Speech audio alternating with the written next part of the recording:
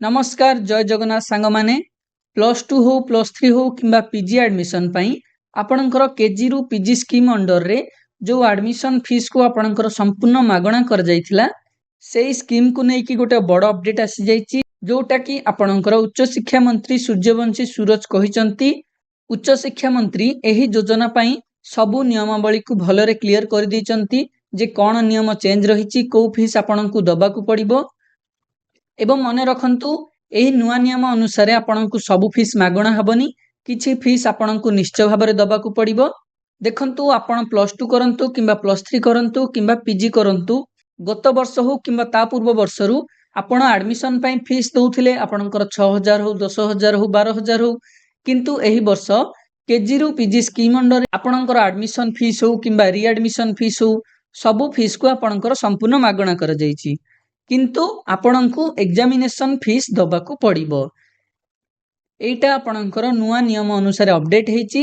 कोन ना examination fees आपणको निहाती भाबरे दबाकू पड़िबो। देखंतु जेहेतु आपणकर संपूर्ण एडमिशन फीस को मागणा कर जाइछि किंतु एग्जामिनेशन फीस को दबाकू पड़िबो काहेकि कारण एग्जाम रो सीरियसनेस रखिबा पई। कारण देखंतु आपण तो जानिथिबे आगे बहुत पिला फीस देकी मध्य एग्जाम रे एब्सेंट रहि जाउथिले तो एबे जेहेतु सरकार फीस को संपूर्ण मागणा करि दैचंती तो एमिति भी किछि पिला थिबे जे कि कहबे एडमिशन फीस तो संपूर्ण मागणा अछि एग्जाम आमे आरथर को दबा नेक्स्ट ईयर दबा सेथि पई सरकार ए नियमटी को चेंज करिसंती जे एग्जामिनेशन फीस आपनको निश्चय भाबरे दबाकू पड़िबो जहा द्वारा पिला माने एग्जाम रे एब्सेंट रहिबेनी एवं सीरियस हे कि भलरे पढी कि निज एग्जाम को देबे। आ देखंतु एग्जामिनेशन फीस केते कोन देबे एग्जामिनेशन फीस आपणकर यूनिवर्सिटी रु जेतिकी ऑर्डर आसीबो आपणको सेतिकी दबाकू पड़िबो। देखंतु ऑल ओडिशा प्राय जेतिकी सब कॉलेज अछि आपणकर प्लस टू हो प्लस थ्री हो किंबा पीजी पई सब कॉलेज आपणकर गोटे यूनिवर्सिटी अंडर रे कंडक्ट होथिबो तो से यूनिवर्सिटी रु जेतिकी ऑर्डर आसीबो जे सब पिला प्लस टू पई हो प्लस थ्री पई हो बा पीजी पई जो भी कोर्स पई जेतिकी फीस से यूनिवर्सिटी ठीक करिवे आपणको से एग्जामिनेशन फीस टी दबाकू पड़िबो।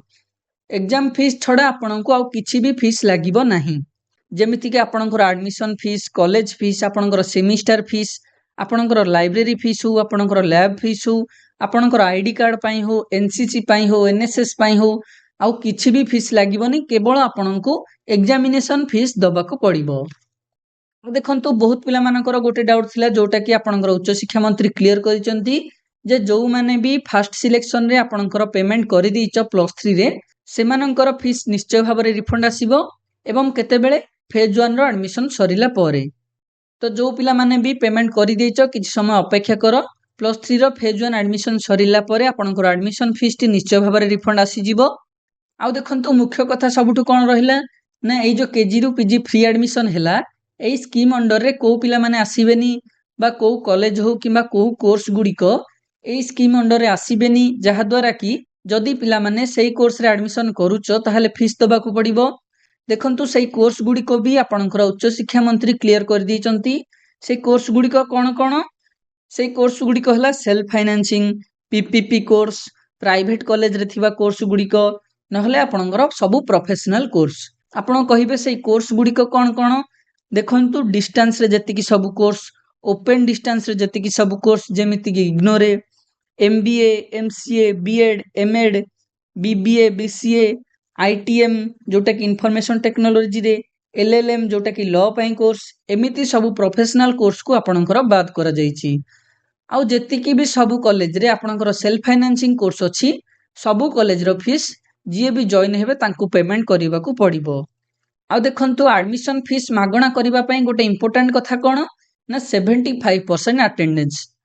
माने आपण कॉलेज रे 75% अटेंडेंस मेंटेन करिबा को पड़िबो कॉलेज रेगुलरली जीवा को पड़िबो। आपणकर अटेंडेंस टी बायोमेट्रिक रे हो कि डिजिटल अटेंडेंस रे निया जीवो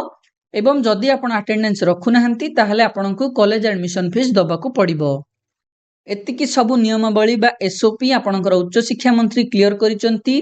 तो एई सब नियम को भलरे जानंतु जदि किछि बुझी पल्लेनी वीडियो को पुणी थरे देखंतु सब नियम को भलरे बुझी जानतु वीडियो को आपणको सांग मानक सहित भी शेयर कर दियंतु जहा द्वारा से माने भी जानि परिबे कोन नियम रे चेंज आसिला